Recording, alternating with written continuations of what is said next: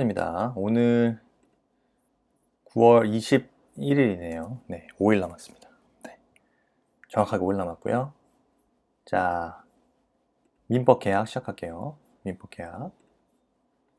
일단 매매고요. 매매 예약 완결권. 그죠? 단문으로 나올 수 있다 이거죠? 출제. 지금부터는 출제 유력한 것만 위주로 봅니다. 출제 유력한 것만. 자, 갑은 2017년 4월 7일 을 소유 토지에 대해서 매매 예약을 체결했습니다. 4월 21일, 자, 갑으로 매매계약 원인으로 하는 소유권 이전 등기 청구권 보존의 가등기를 했네요.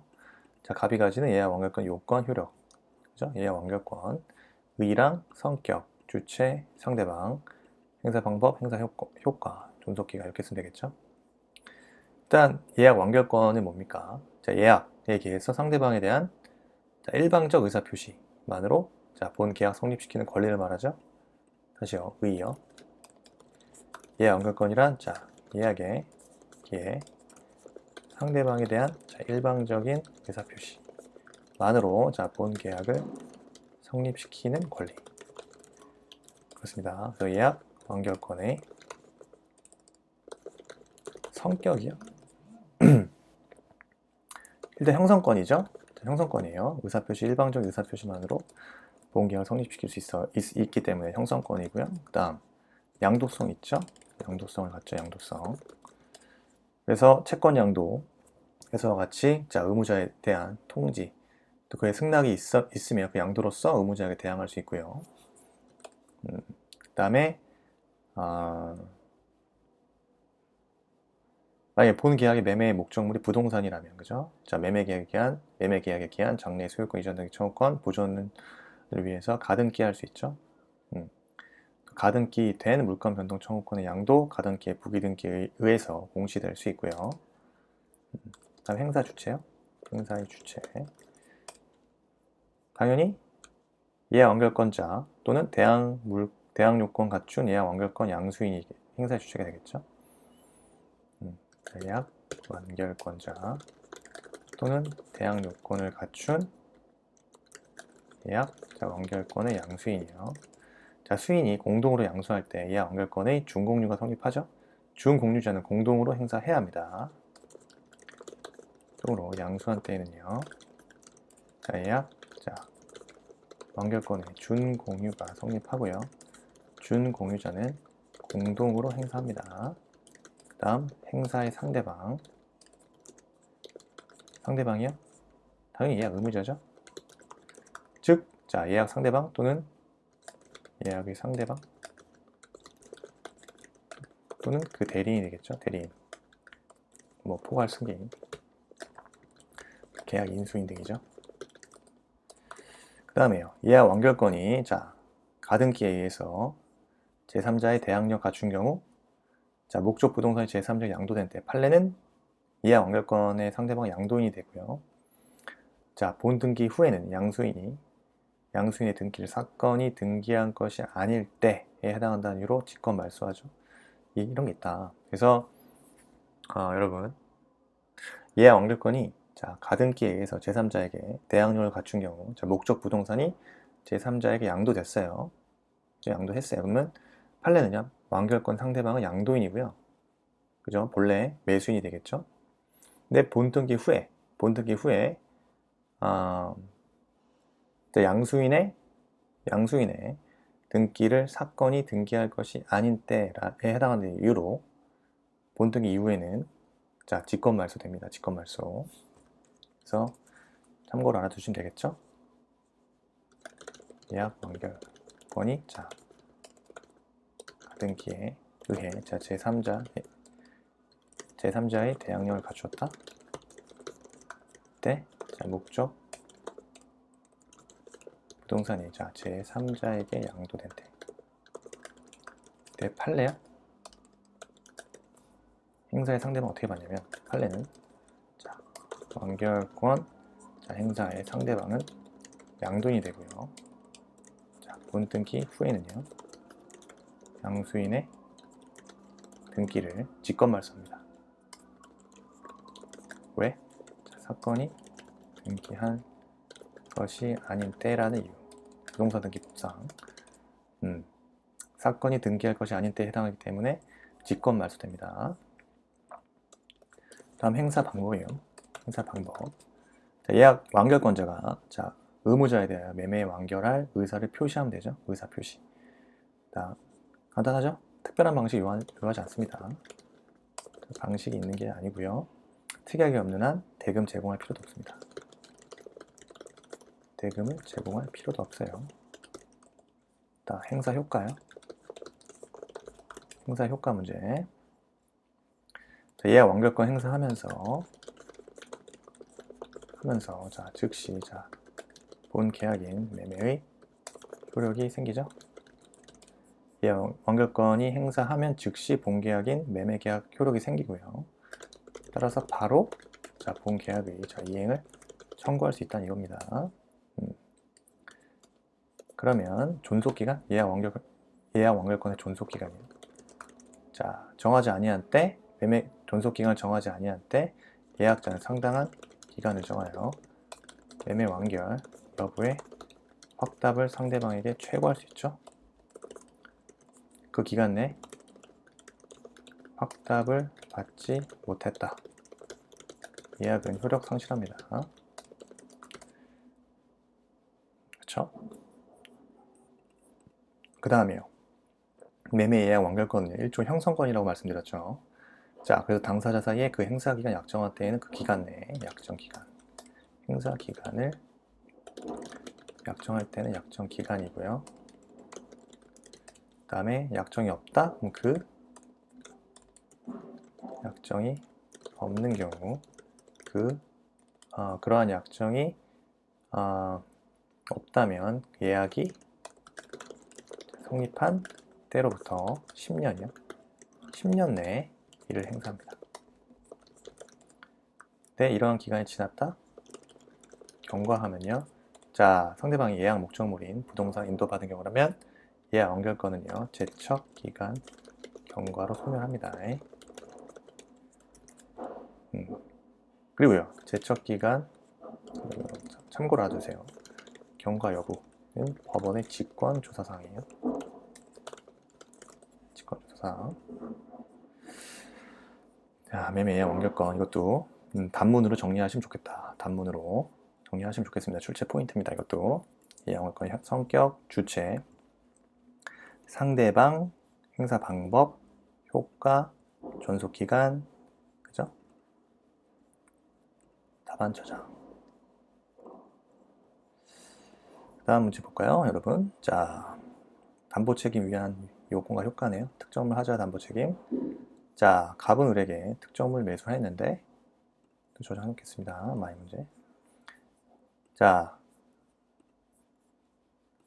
특정물 하자로 인해서 목적물을 달성할 수 없게 된 경우죠. 이 경우 갑이 을에게 담보 책임을 묻기 위한 요건과 효과를 약속하라 이거죠. 특정물 하자 담보 책임 성립 요건이랑 책임 효과네요. 그래서 여러분 이건 살펴봐야죠. 목적물 하자가 있어야겠죠. 특정물 하자 담보 책임 성립 요건. 첫째, 목적물의 하자. 여기서 1번에서 하자의 의미가 있죠. 하자의 의미. 그 다음에 하자의 의미. 그 다음에 하자 판단 시기요. 그죠? 그 다음에 여러분 법률적 장애. 이걸 뭡니까? 판례는 물건의 하자로 본다. 이런 거 정리해줘야죠. 목적물에 하자가 있을 것에서 이 하자의 의미 개념 정리해줘야죠. 하자란 매매의 목적물이죠. 뭐죠? 그래, 통념상 기대되는 객관적 성질이나 뭐죠? 성질을 결여하거나 당사자가 예정 또는 그죠? 예정 또는 보증한 성질을 결여한 경우죠. 를 하자라고 합니다. 그 판단 시기요. 특정물인 경우는 여러분 계약 체결 시가 되겠죠. 그 다음에 종류물이요. 종류물인 경우는 특정 시를 기준이죠. 특정 시를 기준으로 하고요. 목적물에 대한 하자에 대한 입증 책임이요. 누가 집니까? 매수인이 부담이죠. 매수인 부담. 하자 판단 시기 특정물이다. 계약 체결시 기준이고요. 종료물이다. 그럼 특정할 때 특정시가 기준입니다.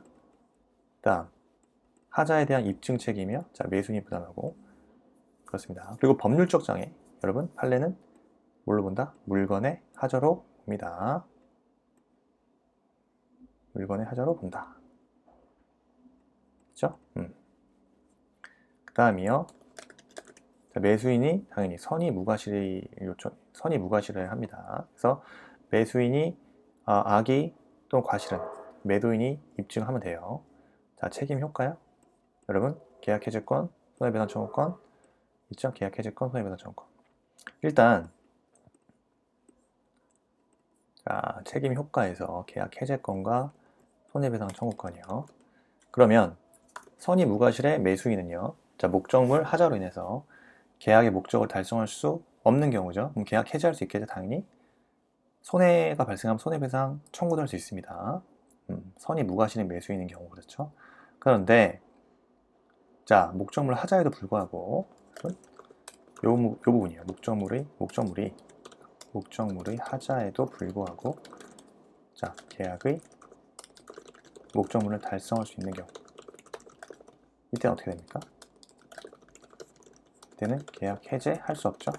계약 해제는 할 수 없고 뭐만 할 수 있다? 손해배상만 청구할 수 있다. 손해배상만 이 부분이요. 그 다음 손해배상 범위 실내익배상이죠. 실내익배상입니다. 실내익배상. 그 다음 권리행사 기간이요. 자, 매수인은 그 사실을 안 날로부터 6개월. 안 날로부터 6개월. 그 다음에 이는 무슨 기간? 제척기간. 안 날로부터 6개월 내에 행사해야 합니다. 제척기간이에요. 특정물 하자 담보 책임 간단하게 정리했습니다. 간단하게. 그 다음에요, 여러분 임치 이게 나온다 그랬죠, 여러분? 임치 나올 수 있다 그랬죠? 임치물의 자, 그러니까 수취인이죠. 수취인의 의무. 자, 그다음에 임치물 보관 의무가 있죠. 임치물일 때 무상 수취인인 거와 유상 수취인의 주의 의무가 다르죠. 그렇죠? 복임치 제한되고 수취인의 임치물 사용 금지. 당연히 사용 금지되죠. 동의 없이 임치인의 동의 없이 임치물 사용 못하죠. 부수적 의무에서 통지 의무와 위임에 관한 규정.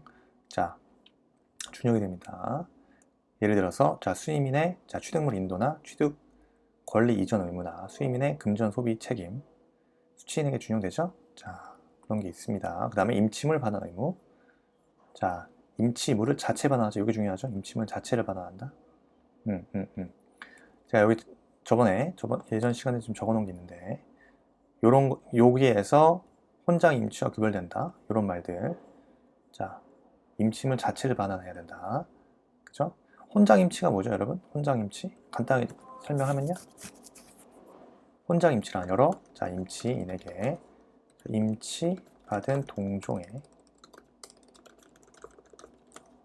물건을 섞어요. 동량으로 반환하는 것을 의미하죠. 그죠? 그래서 목적물의 소유권을 자, 수취인이 취득하지 않는다는 점에서 소비 임치와는 구별되고요. 그 다음 대체물을 동종 동량으로 반환하면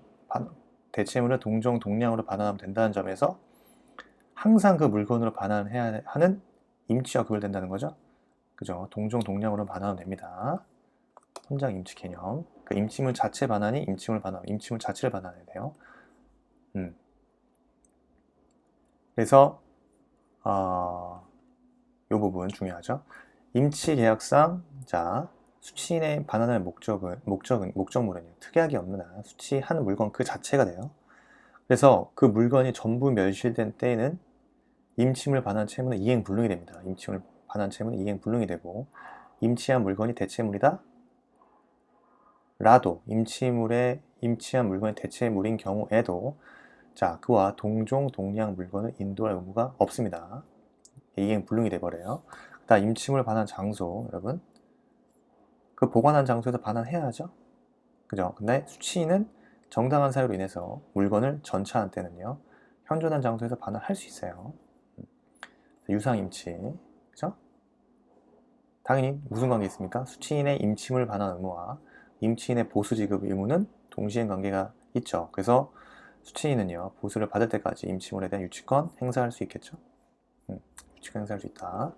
자, 중요하죠. 자, 임침을 보관 의무에서 자, 무상수취인 주의 의무요. 자, 무상수취인은 자기 재산과 동일한 주의 의무로 임침을 보관하여야죠. 유상수취인의 주의 의무요. 자, 소비임치를 제외하면요. 유상수취인은요.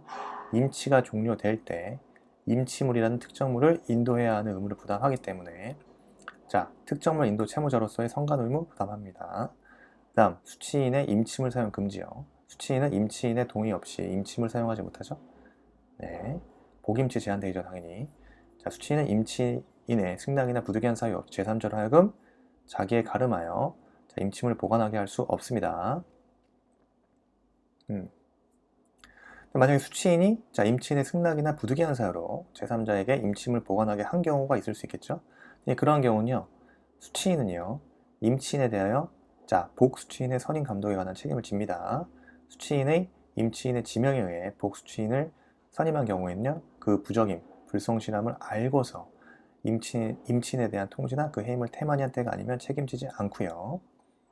자, 복수취인은 권한 내에서 임치인을 위한 임치물을 보관하고 임치인이나 제3자에 대해서 수취인과 동일한 권리 의무를 가집니다. 자, 부수 의무요. 수취인 통지 의무. 그렇죠? 말씀드린 거. 임치물에 대한 권리를 주장하는 제3자가 자, 수취인에 대하여 소를 제기하거나 압류한 때 수취인을 지체 없이 임치인에게 통지해야 하죠. 위임인에 관한 규정이 준용된다 그랬죠. 뭐 수임인의 취득물 인도라든가 취득물 이전 의무, 수임인의 금전 소비의 책임 수취인에게 준용된다. 반환 의무, 자, 설명드렸죠. 임치물 자체 반환 해야 된다. 그래서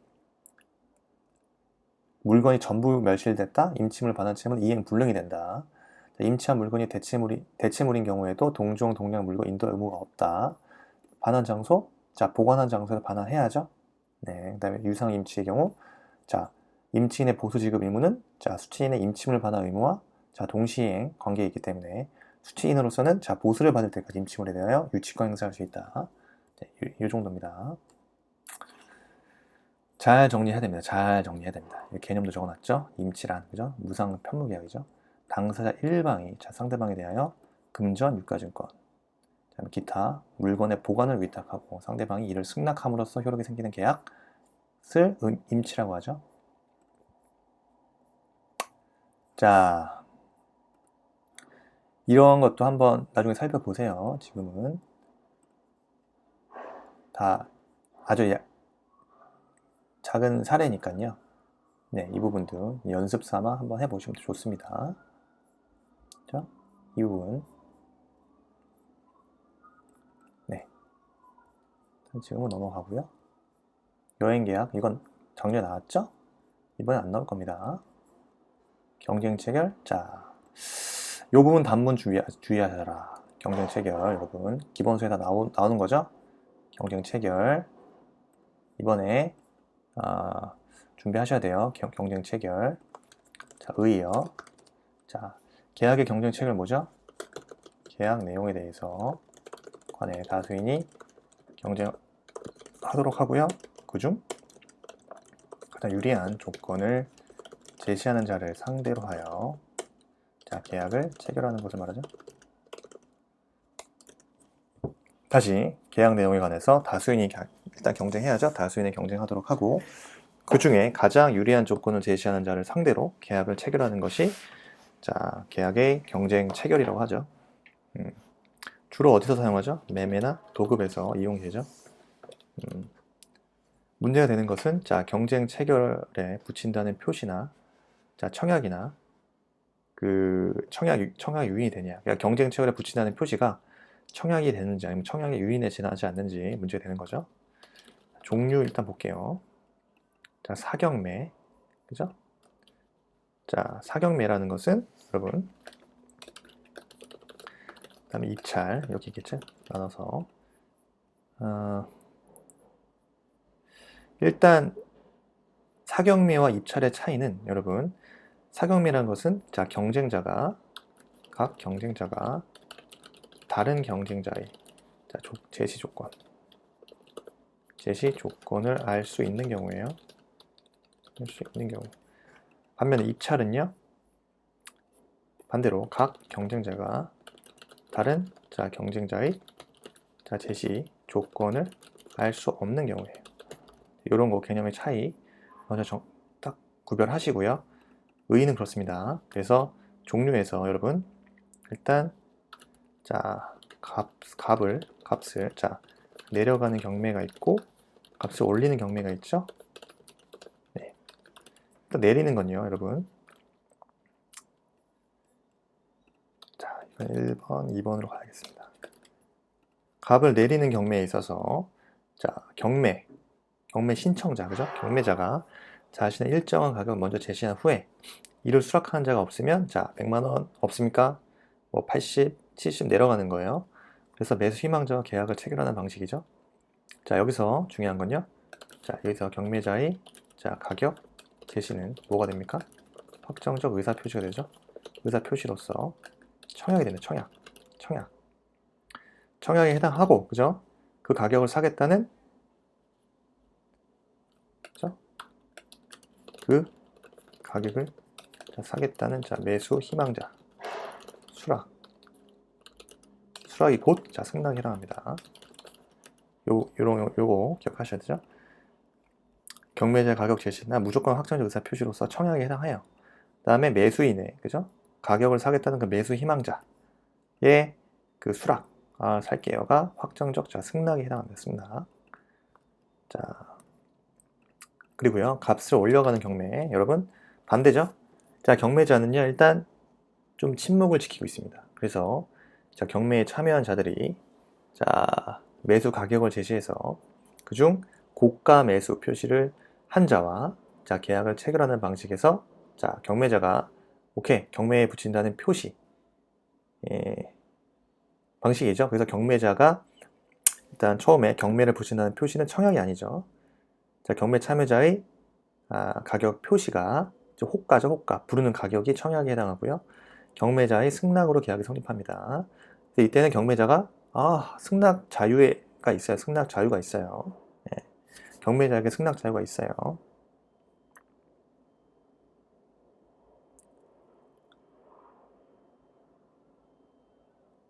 그렇죠? 그래서 지금 이 부분은 자 여러분들 경매자의 자 경매에 붙인다는 표시는 뭐가 됩니까? 청약의 유인에 불과하죠. 유인에 불과합니다.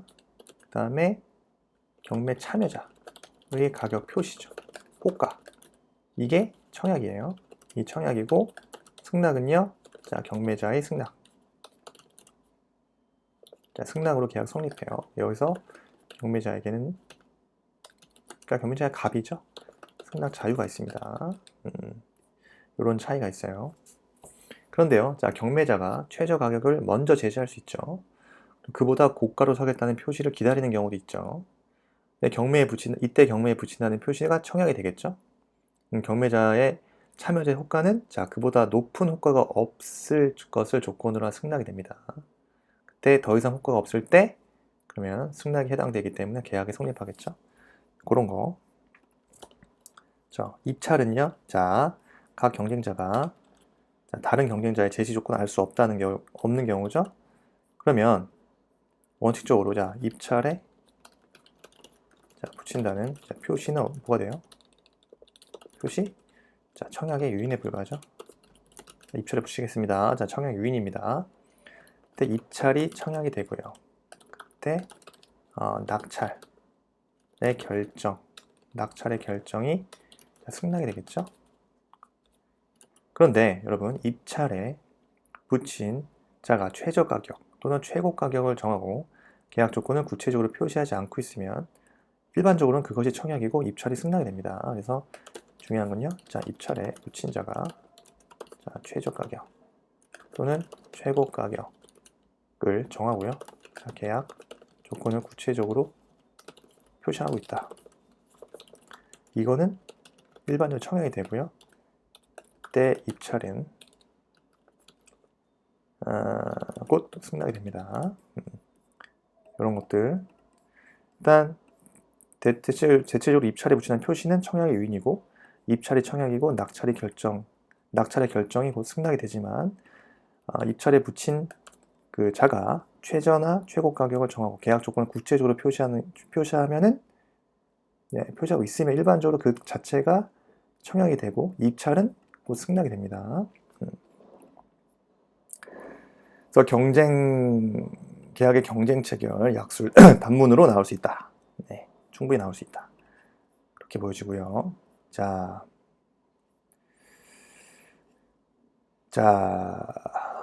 이 사안도 여러분 중요한 사례인데,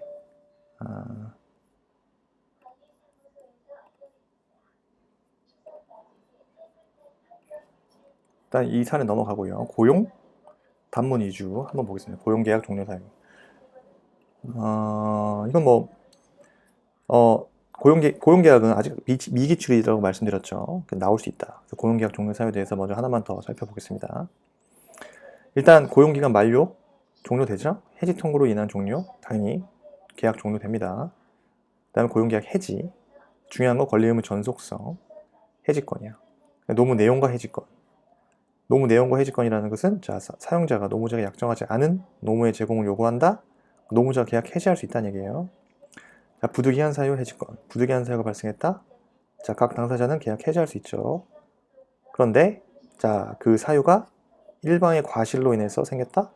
상대방에 대해 손해배상해야겠죠. 그 다음 사용자 파산과 해지권이에요. 파산 선고 받은 경우 고용기간의 약정이 있다. 노무자 또는 파산관계인은 계약 해지할 수 있습니다. 합의 해지. 합의로 고용계약 해지할 수 있고요. 노무자 사망으로 인한 고용계약 종료. 당연히 노무자 사망하면 고용계약 종료되겠죠. 이게 뭐 상속되고 이런 거 아니지 않습니까? 일시 전속권인데 권리 의무의 전속성. 일단 고용계약. 당사자가 약정한 고용기간이 만료되면요, 고용은 종료합니다. 다만 묵시적 갱신이 인정된다고 말씀드렸죠. 즉 고용기간 만료된 후에 노무자가 계속해서 노무 제공하는 경우 사용자가 상당한 기간 내에 이의를 제기하지 않아 그럼 전 고용과 동일한 조건으로 다시 고용된 것으로 간주됩니다. 이 경우 당사자는 민법 규정에 의해서 해지 통고할 수 있고요. 전 고용에 대해서 제3자 제공원 담보 기간 만료로 인해 소멸합니다. 해지 통고요. 기간 약정이 있는 경우 여러분 3년 기억하시라고 했죠. 3년. 약정 기간이 3년을 넘거나 그죠? 당사자 일방 또는 제3자의 종신까지로 된 계약에서 각 당사자가 3년을 경과하면 언제든지 계약 해지를 통고할 수 있어요. 이 경우 상대방이 해지 통고를 받은 날부터 3월, 그죠? 3개월 후에 해지 통고를 받았어. 상대방 해지 통고 받은 날로부터 3개월 경과하면 해지 효력 발생합니다. 그죠? 네. 기간 약정이 없는 경우, 기간 약정이 없는 경우 당사자는 언제든지 계약 해지 통고할 수 있죠. 이 경우 상대방의 해지의 통고를 받은 날부터 1월 경과하면 해지 효력이 생깁니다. 고용계약 해지요. 권리 의무의 전속성 해지권이요. 사용자 노무자가 상대방의 동의 없이 노무 사용권이나 노무 제공 의무를 제3자에게 이전한 경우 상대방은 계약 해지할 수 있죠. 노무 내용과 해지권이요. 사용자가 노무자에게 약정하지 않은 노무의 제공을 요구했다. 마찬가지로 노무자 계약 해지할 수 있고요. 반대로요. 약정한 노무가 특수한 기능을 요하는 경우에 노무자가 그 기능이 없다. 이때 사용자 계약 해지할 수 있다고 했죠. 부득이한 사유 해지권이요. 여러분, 고용기간 약정 있는 경우, 부득이한 사유가 있다. 각 당사자가 계약 해지할 수 있다고 그랬죠. 네, 그런데 그 사유가 당사자 일방의 과실로 인하여 생긴 때 상대방에 대해 손해배상한다 그랬습니다. 여기서 민법 661조죠. 부득이한 사유. 여기서 부득이한 사유라 하면요. 고용계약을 여기서 이 부분이요. 여기서 말하는 부득이한 사유라는 거. 부득이한 사유란 여러분 고용 계약을 계속하여 존속시켜 그 이행을 강제하는 것이 사회 통념상 불가능한 경우를 말하죠. 말하고요. 고용은 뭡니까? 계속적 계약으로 당사자 사이에 특별한 신뢰관계를 전제로 하죠. 고용 관계를 계속하여 유지하는데 필요한 그러한 신뢰관계. 파괴하거나 해치는 사실 이것도 뭡니까? 부득이한 사유 포함이죠? 포함돼요. 따라서 어떻게 돼요? 고용계약상 의무에 중대한 위반이 있는 경우 부득이한 사유 포함입니다. 의무에 중대한 위반이 있는 경우에도 자, 부득이한 사유에 포함됩니다. 여러분 이 개념 정도는 써줘야겠죠? 고용계약 종료 사유에서 부득이한 사유 해지권 이 부분 부득이한 사유라는 것은 자 고용계약을 계속하여 존속시켜 그 이행을 강제하는 것이 여러분 사회통념상 불가능한 경우를 말하죠. 그래서 고용은 계속적 계약으로 당사자 사이에 특별한 신뢰관계를 전제로 하기 때문에 고용관계를 계속하여 유지하는 데 필요한 신뢰관계를 파괴하거나 해치는 사실도 부득이한 사유에 포함됩니다. 따라서 고용계약상의 의무에 중대한 위반이 있는 경우 부득이한 사유 포함됩니다. 자, 사용자 파산. 여러분, 사용자 파산됐어? 자, 고용기간의 약정이 있는데 노무자 또는 파산관계인은 계약 해지할 수 있죠. 이 경우 각 당사자는요, 계약 해지로 인한 손해배상을 청구하지 못합니다. 사용자가 파산된 경우. 반대로 노무자가 파산한 경우 해지권 인정되지 않죠. 합의 해지요. 얼마든지 당사자는 합의로 고용계약 해지할 수 있다고 말씀드렸죠. 다음 노무자 사망으로 인한 고용계약 종료됩니다. 자, 일단 1세트 10문제 봤고요. 지금 다룬 것도 너무 중요한 테마들이 많이 섞여 있잖아요, 여러분. 여러분들 갖고 있는 책, 거기에서 체크되어 있는 빨간 줄 쳐져 있는 중요한 것들, 별표 쳐져 있는 중요한 것들 무조건 중요해요. 예, 중요합니다. 자, 그런데 여기다가 쇼터들을 통해서 직접 써보세요. 기억이 안 나십니다. 예, 저도 마찬가지예요. 기억이 안 나요. 네. 근데 그거를 계속 반복 연습하다 보면 조금 나아지겠죠. 네. 사람마다 편차는 있겠지만 분명히 그게 곧 괴롭고 그 고통 속에서 실력이 는다. 그래서 시험이 얼마 안 남았습니다, 여러분. 계속 그 실전 연습 해주셔야 되고요. 반복, 숙달, 실전 연습밖에 답이 없다. 5일 남았거든요. 자, 우리 조금만 더 힘내셔가지고 이번 추석에 푹 좀 쉬시고 그러셨으면 좋겠습니다. 마지막까지 이번 주 건강관리 잘 하셔가지고 최상의 컨디션으로 자 시험 전까지 화이팅 하시기 바랍니다. 예, 수고하셨습니다.